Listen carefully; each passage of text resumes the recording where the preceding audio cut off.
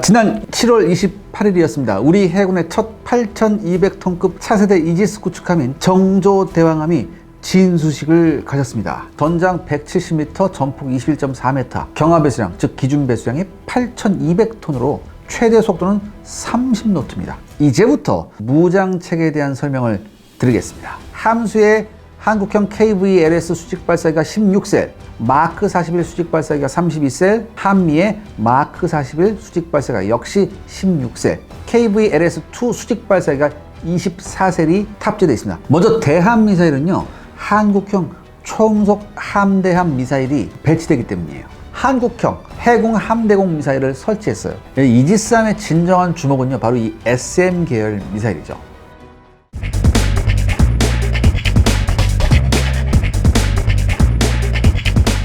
지난 4월 26일 방위사업청은요, 제143회 방위사업추진위원회에서 구축함 탑재 장거리 함대공 유도탄, 즉 SM6죠. 이 SM6를 FMS 방식으로 도입한다고 발표했습니다. 총 7,600억 원의 예산이 투자되고요. 2023년, 내년부터죠. 2031년까지 순차적으로 도입이 진행될 예정입니다. 제가 앞서 언급했었죠. 그동안 우리 해군은 탄도미사일 요격 능력이 없었어요. 그런데요, 이번 SM6 도입을 계기로 탄도미사일 요격 능력을 부여받게 된 거죠. 그리고 그 핵심 플랫폼이 바로 정조대왕함입니다. 미 해군도 이 SM6를 사용하거든요. 근데 미 해군은요, 탄도미사일 요격이나 초장거리 함대공 요격 임무 등 기존의 방공 임무 외에 극초음속 글라이더의 요격, 혹은 대함 공격, 혹은 지상 표적 공격 등 다양한 임무에 이 SM6 미사일을 활용 중이거나 활용할 계획입니다. SM6의 용도는요, 이 함대공 미사일보다는요, 다목적 미사일에 가까워요. 사실 이 SM6 미사일의 기본적인 형상과 구성 요소는 1980년대 후반부터 개발이 시작된 장거리 함대공 미사일인 SM2 블록 4에서 시작이 됩니다.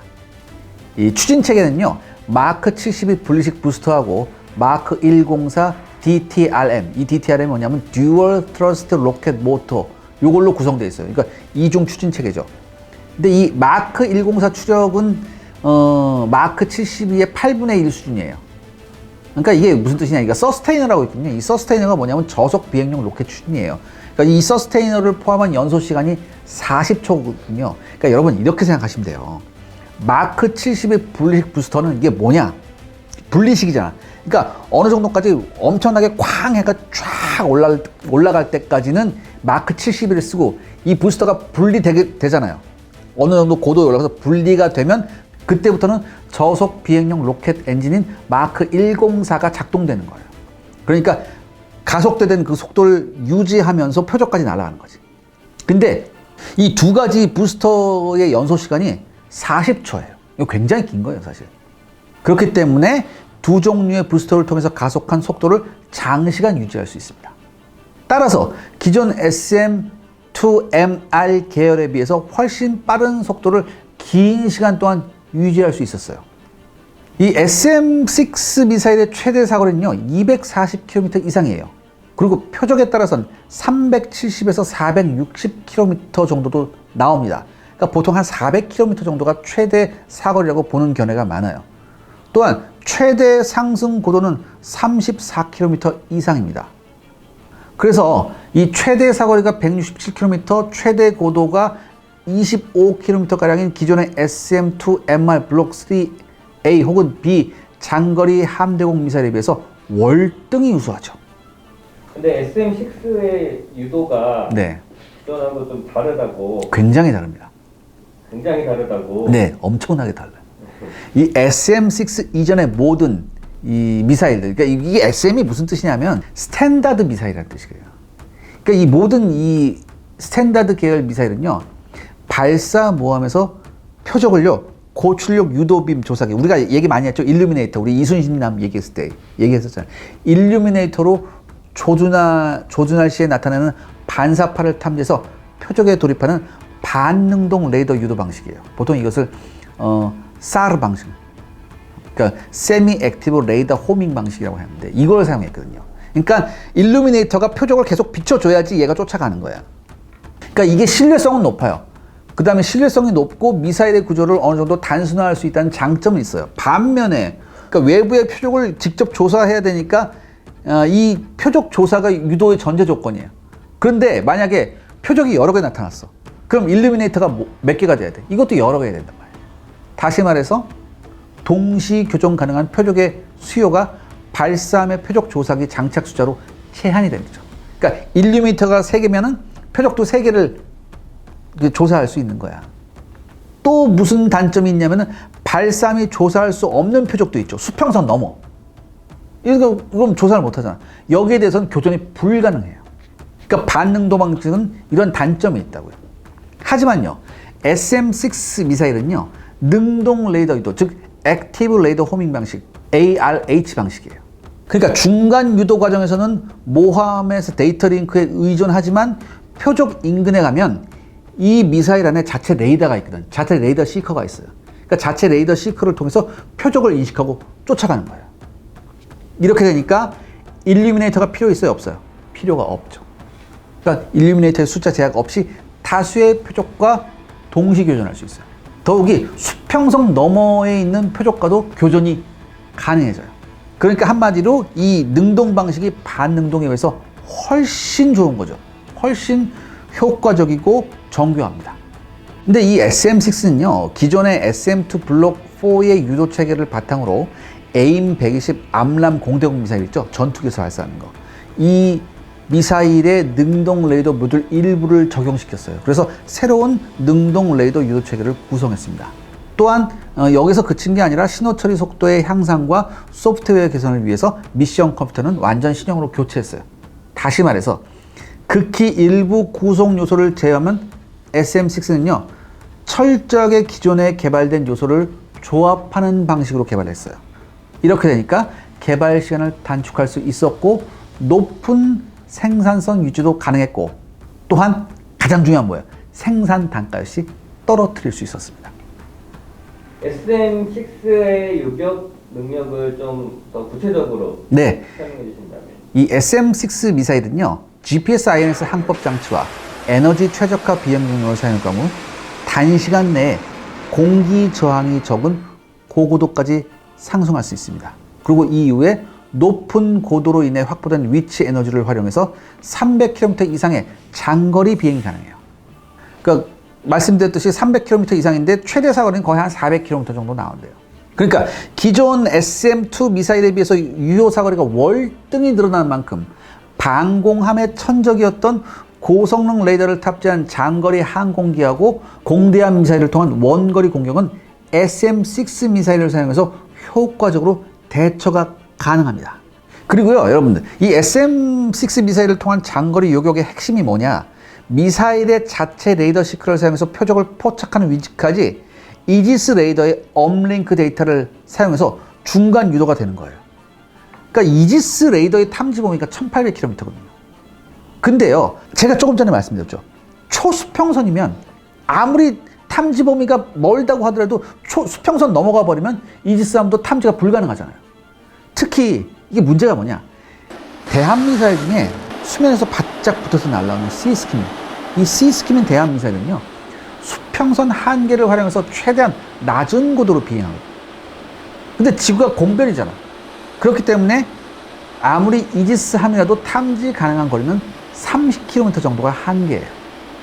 그러니까 이렇게 이 시스키밍 미사일의 최초 탐지 거리가 제한되는 만큼 고성능 레이더와 함대공 미사일을 사용하더라도 요격 기회 자체가 제한될 수밖에 없죠. 더욱이 시스키밍 미사일이 초음속으로 날아온다면 어떻게 되겠어요? 아무리 이지스 방공함이라도요, 한 번 혹은 잘해봤자 2번 이상의 교전 기회는 있을 수 없어요. 한마디로 함대 방공이 매우 어려워진다는 얘기예요. 그런데요, 여러분, 이 SM-6는요, 다양한 플랫폼으로부터 데이터 링크를 받아서 표적의 정확한 위치 정보를 제공받을 수 있습니다. 그러니까 여러분들, 이지스 전투체계는요, 베이스라인 9부터 MADL, 즉 멀티펑션 어드밴스드 데이터 링크 기반의 정보를 직접 수신할 수 있도록 개량이 됩니다. 그래서 이를 이용해서 이지스 구축함이 직접 포착할 수 없는 초수평선 표적에 대해서도 요격이 가능해요. 이 MADA를 활용할 수 있는 플랫폼이 뭐냐? AWACS 공중조기 경보 통제기, 그 다음에 F-35, 그 다음에 베이스라인 9 체계를 탑재한 이지스함이에요. 따라서 수평선 너머라 할지라도 이들 플랫폼에서 탐지한 표적의 정보를 업링크 받는 SM-6 미사일은요, 수평선 너머에서도 대응이 가능하다는 얘기예요. 자, 여러분 더 쉽게 말씀드릴게요. 수평선 너머 잘 안 보인단 말이야. 근데 수평선 너머 하늘 위에, 멀리 위에 AWACS가 떠 있어. 근데 AWACS는 밑을 내려다 보니까 얘는 포착할 거 아니야. 그러면 안 보이더라도 쏘면은 AWACS에서 주는 데이터 링크를 받는다고, 미사일이. 위치 데이터 링크를 받는다고. 그러니까 쫓아갈 수 있는 거죠. AWACS뿐만 아니라 F-35도 탐지할 수가 있거든. 이 F-35에도 MADAL이 있거든. 그러니까 F-35가 훨씬 멀리서, 공중에서 떠서 훨씬 멀리서 탐지한 표적을 데이터 링크 받아서 이 SM-6가 쫓아갈 수 있어요. 더욱이 좀 멀리 떨어져 있는, 굉장히 멀리 떨어져 있는 다른 이지스함도 얘한테 데이터를 업링크 시켜줄 수 있어요. 데이터를 중계해 줄 수 있다. 그러니까 아무리 수평선 너머라 하더라도 다양한 플랫폼에서 오는 데이터를 업링크 받아서 쫓아갈 수 있다는 얘기야. 그러니까 이제 더 이상 수평선 너머에서 날아오는 초고음속 대함 미사일을 두려워할 필요가 없다는 얘기죠. 그러니까 중간에서 계속해서 데이터를 업데이트 받으면서 쫓아간다는 게 이게 엄청나게 무서운 거예요. 그럼 SM-6가 탄도미사일도 요격을 할 수 있을까요? 이 SM-6를 정조대왕함에 탑재한 가장 큰 이유라고도 할 수 있습니다. 이 SM-6의 탄도미사일 요격형은요, SM-6 듀얼 1이라고 이렇게 얘기해요. 이 SM-6 듀얼 1은요, 기존 SM-6 하드웨어를 거의 그대로 유지한 채 능동 레이더 시커에 탄도미사일 표적 대응 능력을 부여하기 위해서 고속 신호 처리 프로세서를 증설하고 요격 소프트웨어를 추가한 파생형이에요. 이 SM-6에 채택된 추진 체계는요, 처음부터 탄도미사일 요격을 두고 개발되었습니다. 그래서 고고도 상승 능력이 굉장히 뛰어나요. 그러니까 요거를 이제 패트리어트하고 비교해 보면요, SM-6 미사일의 최대 상승 고도가 34km라고 했잖아요. 근데 패트리어트 팩3의 사거리 연장형인 팩3 MSE의 고도가 25km 정도예요. 그러니까 팩3 MSE보다 월등히 높은 거죠. 9km 정도. 다만 팩3 같은 경우에는 고고도에서 급기동을 위해서 측 추력기를 채택했어요. 옆에서 이제 추력이 쫙 나서 급격하게 기동할 수 있고, 뭐 방향을 틀 수가 있거든. 또 하나, 이 팩3는 HTK 방식이에요. 즉 히트킬, 직접 표적에다 부딪히는 방식이에요. 그렇기 때문에 표적 파괴 확률이 굉장히 높아요. 거기에 비해서 SM-6는요, 고고도에서 측 추력기가 아니라 테일핀 있죠. 테일핀으로 공력 제어에 의존해야 되거든요. 그러니까 이게 조금 기동에 약간 제한이 있어요. 그리고 탄두도 기본적으로는 항공기 요격용 파편 탄두거든. 그렇기 때문에 HTK 방식에 비해서 조금 떨어지는 건 사실이에요. 그렇기 때문에 표적 격파 확률은 패트리어트 팩3가 더 낫다, 이렇게 사실 말씀드릴 수 있습니다. 그럼에도 불구하고요, SM-6 듀얼 1은요, 2015년 7월 최초의 탄도미사일 모의 표적 요격에 성공했습니다. 그 다음에 2017년에는 사거리 1000km 이상의 MRBM급 모의 표적에 대한 요격 시험에서도 성공을 해요. 그래서 미 해군이 요구한 모든 탄도미사일 요격 성능을 입증해냈죠. 그 다음에요, 이제 SM-6 듀얼 1에 이어서 표적 추적 능력을 개선해서 사거리 1000km 이상의 탄도미사일에도 대응할 수 있도록 유도 체계를 개량한 SM-6 듀얼 2 미사일도 개발이 진행 중이었습니다. 다만 SM-6 탄도미사일의 요격 능력을 SM-3와 같은 선상에 놓고 비교하는 것은 금물입니다. 그러니까 여러분, 제가 SM-3 미사일 얘기도 조금 해드릴게요. 여러분 SM-2, 스탠다드 2는 주로 이제 대한미사일이나 항공기 요격하는 거. SM-6, 방금 말했던 SM-6는 여러 가지 멀티. 근데 이 SM-3, 얘는요, 오로지 뭐만 잡는 거냐? 오로지 탄도미사일만 잡는 거예요. 다른 비행기 같은 거 다 안 보고 탄도미사일만 잡을 수 있어. 그래서 SM-3의 최신 개량형 같은 경우에는 사거리가 무려 2,500km예요. 그러니까 제가 지난번에 말씀드렸던 사드보다도 사거리가 긴 탄도미사일 요격 전용 미사일이에요. 그러니까 최대 사거리가 400km인 SM6가 비비기에는 넘사벽이죠. 그렇죠. 그러니까 SM6가 탄도미사일 요 능력이 있다. 그러니까 SM3하고 맞먹는 거 아니야. 이렇게 생각하시면 안 되는 거예요. 그리고 사실 가격 차이도 엄청나게 커요. SM6 미사일이 대략 개당 한 57억이에요. 한 발에. 근데 SM3는요. 한 발에 250억이에요.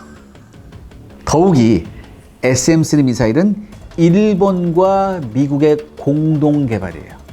그러니까 우리가 쓰기에는 뭐가 있냐?